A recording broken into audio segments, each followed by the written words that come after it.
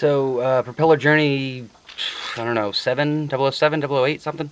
First attempt at using two cogs. Right now I'm running the quad encoder object, which is running these two encoders, and it'll run a total of, well, two encoders making up one quad encoder. It'll run two, one for each wheel, that object will, on one cog. And then I've got a second cog running my motor driver. So this is my first attempt at running two cogs, which is pretty cool. In the past, trying to do this with the encoder, well, you just had to be careful to be sure that your brain was able to think fast enough to keep up with the stripes. But at any rate, 18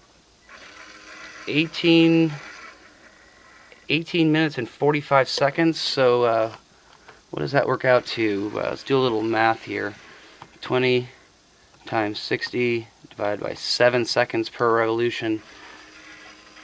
We have done this 171 times, and we have landed on that mark 171 times, which is pretty darn cool. Now, the one issue I have with this object, with the motor driver object, is that it ramps, and it ramps up and ramps down speed. It ramps in between changing directions, which actually is going to be pretty handy for me with Walter.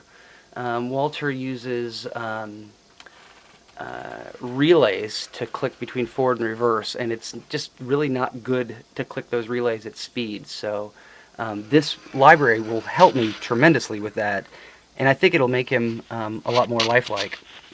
But at the same time, doing this is a lot tougher. I got bumped, okay. You can see I've got it set where no, I bumped it. Wait, you're there. I swear to God, we've been doing this for 18 minutes without a hitch. Screw it. Basically, you can see it slowing down and then creeping up to the mark and stopping at the mark.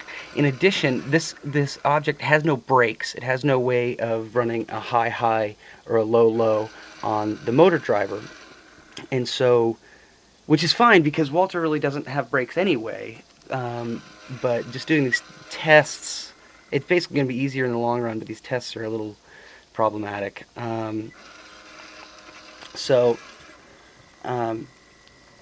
Oh yeah, here you can see it going. This is the slow down, looking for the mark routine. I just moved the encoders out of the way. Sorry folks, it's been a long day. I'm rambling a bit. The bottom line is this is working phenomenally well. It's catching its mark every single time, and when the encoders are low enough to be seen. And running two cogs. Done. Ting. More to come. Hopefully when I'm not so exhausted.